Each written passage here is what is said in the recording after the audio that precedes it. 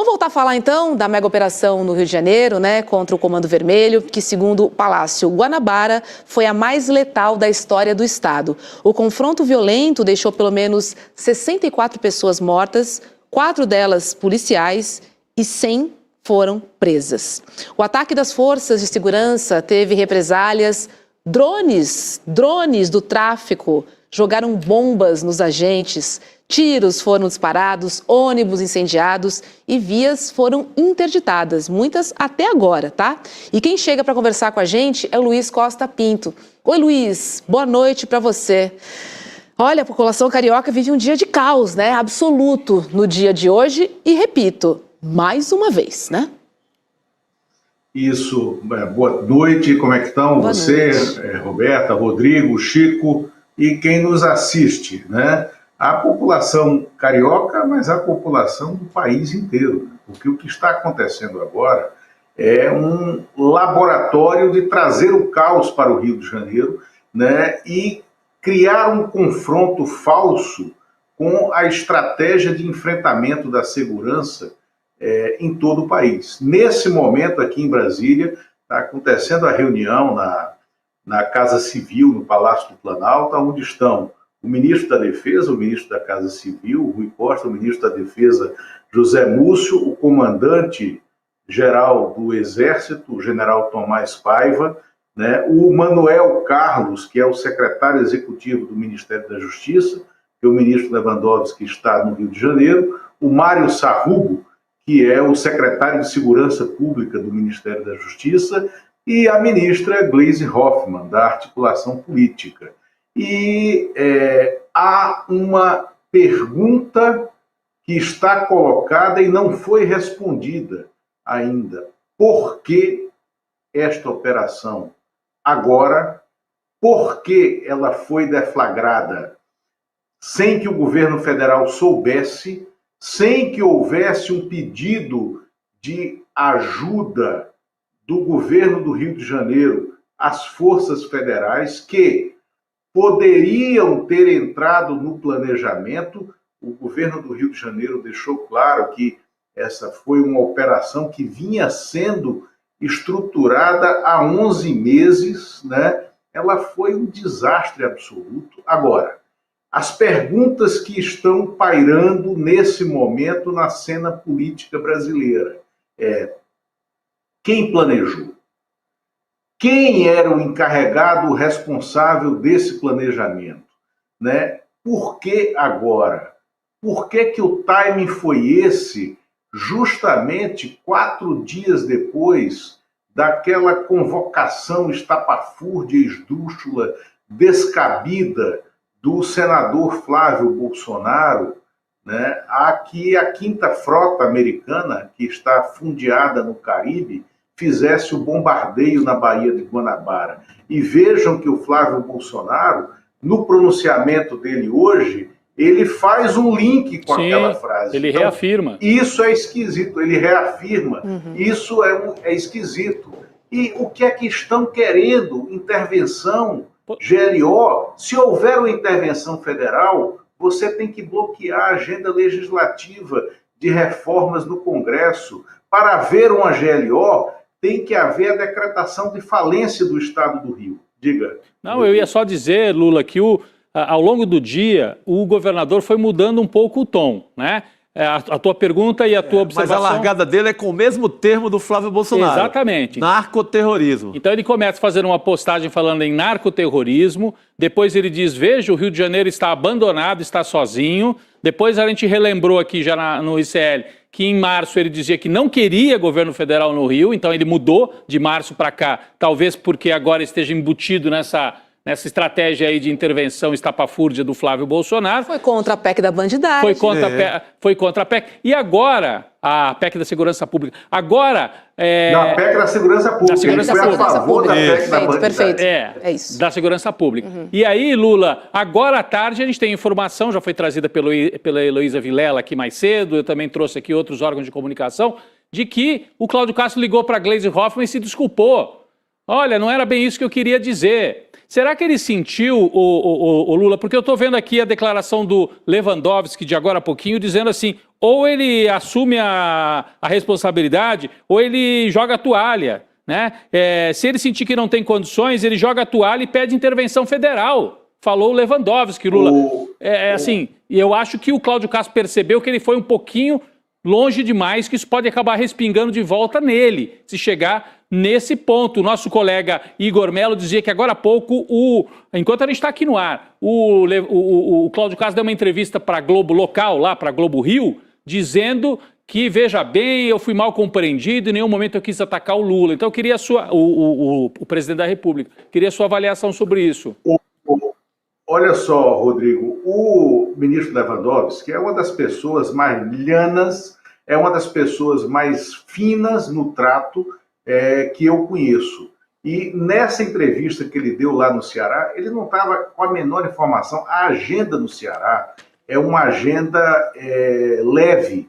Ele está sendo homenageado na Assembleia Legislativa do Ceará, justamente pelo funcionamento da Central de Informações de Segurança Pública, que foi instalada lá no Ceará no governo anterior, mas só começou a funcionar efetivamente nesse governo, que começou a funcionar justamente como uma central de troca de informação e de rastreamento dos grupos do crime organizado no Nordeste inteiro, e isso está em operação lá, é uma central federal. Era uma agenda, então, leve, ele não tinha a menor noção, ele, inclusive, viajou sem a assessoria direta, ele não tinha a menor informação do que estava acontecendo, e nessa entrevista, ele deu uma alfinetada refinada no governador, quando perguntado sobre o que estava acontecendo, né, no Rio de Janeiro, ele disse: olha, eu não estou sentado na cadeira do governador, eu não sei de nada, né? Eu estou vendo agora que ocorreram, infelizmente, 4 mortes de forças de segurança, de pessoas das forças de segurança, e também mortes de civis que não tinham nada a ver com o crime organizado, são vítimas civis dessa guerra no Rio de Janeiro, e aí pontuou exatamente isso que levou o governador a fazer um pronunciamento, além dessa entrevista, ele fez um pronunciamento nas redes dele, que é um pronunciamento de 1 minuto, um vídeo de 1 minuto, absolutamente claudicante, patético, confuso, e ele está, se você olhar esse pronunciamento, ele está visivelmente apavorado. Foi feito enquanto vocês estavam entrando no ar aqui por volta de 5h40 da tarde. Né? Agora, o Cláudio Castro, além de ser um governador muito fraco, é um governador que tem elos de comunicação com o crime organizado e com as milícias. É um governador refém das milícias no Rio de Janeiro e refém politicamente das milícias. E é um governador que está com o mandato sub judice. Isso é que eu acho mais estranho, porque no Tribunal Superior Eleitoral há um recurso que está pendente de julgamento e está pronto para ir para o plenário, que pode cassar o Cláudio Castro e o presidente da Assembleia e o vice-governador do Rio de Janeiro. Deixaria o Rio de Janeiro acéfalo por abuso de poder econômico e uso das instituições de Estado durante a campanha eleitoral de 2022. Então, esse recurso está pronto para ir a plenário, deixaria o Rio de Janeiro sem governo, né, com a necessidade de se convocar, né, uma nova eleição a 1 ano, né, da eleição do ano que vem. Não tem linha sucessória estabelecida no Rio de Janeiro e ele cria essa guerra particular. Eu acho que foi a Cecília Oliveira, que esteve aqui agora há pouco também, que levantou essa questão. Sim. Foi a Cecília, de uma operação feita em 2020, também às vésperas das eleições, para criar um caos no Rio de Janeiro. Né? E o Cláudio Castro cria esse caos com a sua polícia militar miliciana, com a sua polícia militar que tem elos de contato com o PL do senador Flávio Bolsonaro, neste momento em que o Flávio Bolsonaro faz uma convocação a um bombardeio no Rio de Janeiro, ele recoloca a pauta da segurança pública no estado do Rio de Janeiro e, mais que isso, né, ele também rechaça, e é um tema que a gente vai falar na sequência aqui, imagino, ele rechaça a presença do prefeito Eduardo Paes na sua chapa, estou falando do Flávio Bolsonaro, sim, e como candidato apoiado pelo PL no Rio de Janeiro. Tudo muito estranho pelo timing e pela surpresa que essa operação traz, nesse momento, ao país inteiro. Pois é. E olha só, gente, o presidente da Câmara, o Hugo Mota, está aproveitando e está surfando, né? Ele usou as redes sociais para comentar a mega operação. Ele, né, reafirmou aí o compromisso dele com pautas de combate à violência. Diz Hugo Mota: acompanho com atenção a operação contra o crime organizado no Rio de Janeiro, reafirmamos nosso compromisso com os projetos de segurança pública e de combate à violência, uma das maiores preocupações da população brasileira. E aí vem o surf, ó. Sob minha presidência, a Câmara aprovou quase 30 matérias na área, a exemplo do aumento da repressão contra organizações criminosas, criminalização do domínio de cidades e proteção dos agentes públicos envolvidos no combate ao crime organizado. Continuaremos focados em avançar nestas pautas. Cara Lula! Que cara de então, pau. segurança pública agora entrou na pauta, agora, hoje. É isso? Exatamente. Acho que o Chico quer falar alguma coisa. Não, Chico. prossiga. Então, exatamente, segurança pública entra na pauta, isso é de um absurdo, é o surfista institucional, né? E aí vocês veem que nesse surf institucional, quem perdeu o timing e a prancha foi o prefeito do Rio de Janeiro, porque no domingo, ele, num evento partidário, ele faz um gesto aonde torna explícita a traição dele ao PT, dizendo que provavelmente integraria a chapa, torna pública a conversa com o PL, né, o PL do Flávio Bolsonaro, isso anteontem, domingo. E hoje, essa operação, ontem o Flávio Bolsonaro disse: não queremos o Eduardo Paes em nossa chapa, né, que ele não venha para cá, o que é uma humilhação para ele, mas a esquerda também já olha o Eduardo Paes e diz: vem cá, a gente vai aceitar isso de volta agora, dessa forma. A esquerda que, diga-se, não tem nenhum histórico de sucessos eleitorais executivos no estado do Rio de Janeiro, ou mesmo para a prefeitura do Rio de Janeiro, né? O PT, por exemplo, nunca elegeu, né, governador ou prefeito do Rio de Janeiro, e o PSOL chegou em alguns momentos ao segundo turno, mas nunca teve sucesso eleitoral no final, né? A esquerda agora está buscando quem seria esse candidato. E eu digo assim, a esquerda precisa de alguém que tenha todos os defeitos do prefeito de Maricá, Washington Quaquá, as escassas virtudes do Quaquá, e que não se chame Washington Quaquá, né? E esse é o dilema da esquerda, né? A esquerda precisa de alguém forte como candidato no Rio de Janeiro, porque o Eduardo Paes já não serve mais a esse projeto, porque ele tentou ser também um surfista incidental, Roberto, e não conseguiu. Vai lá, Chico. Mas essa reação do Flávio Bolsonaro a essa tentativa do Eduardo Paes não devolve o Eduardo Paes aí para o lado da esquerda, Lula? Devolve, mas vai ser fácil, vai ser de graça, porque o Eduardo Paes foi muito... Eu acho que ele foi muito imaturo politicamente. Sim. Ele cometeu um erro político ao tornar explícita essa negociação tão cedo e sem ter fechado as pontas, porque ele tomou uma traulitada, não é, Rodrigo? Ele tomou uma traulitada do Flávio Bolsonaro, que foi desrespeitosa à dimensão política que ele adquiriu no Rio de Janeiro.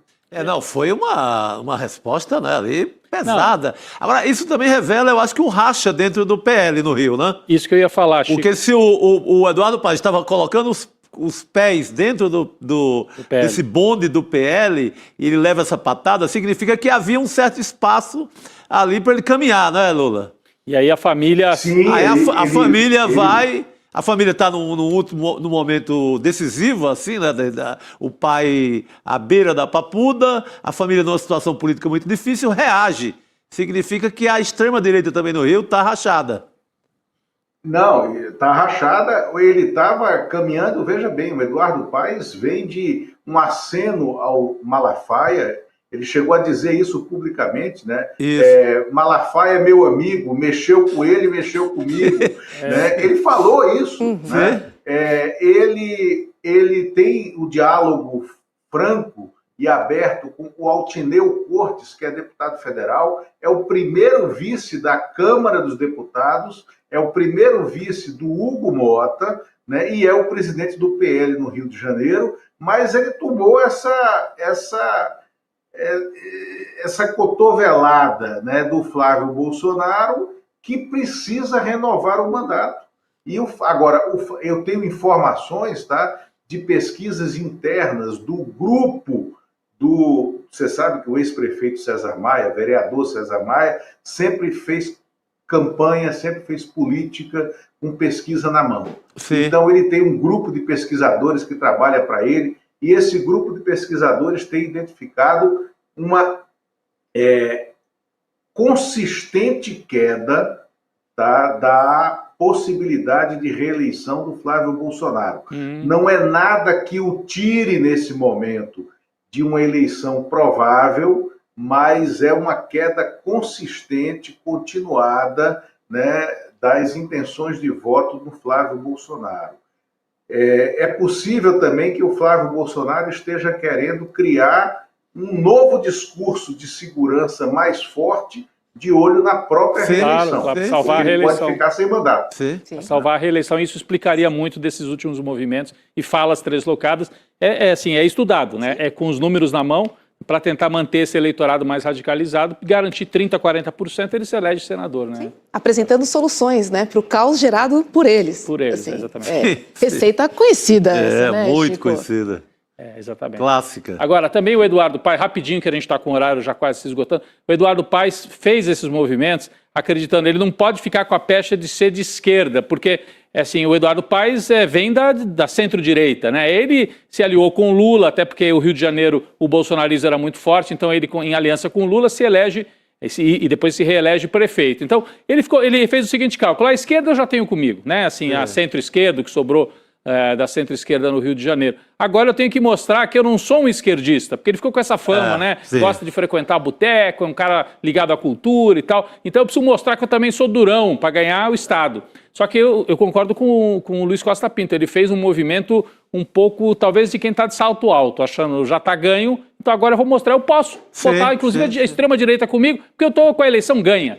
E aí, às vezes, esses movimentos podem dar errado, né, Roberto? Ainda mais, né? Daí vem depois uma operação dessa, embaralha tudo, né? Só acaba quando termina, né? Não só no futebol, na vida. Exatamente. É isso, Luiz. Obrigada e uma boa noite para você. Obrigado. Até breve. Obrigado a vocês. É sempre uma honra estar aqui com vocês nessa bancada, né, que é de uma solidez inquebrantável da imprensa brasileira. Opa, é isso aí, meu querido. Beijo, Lula. Madeira de lei. Valeu. Vamos entregar? Falta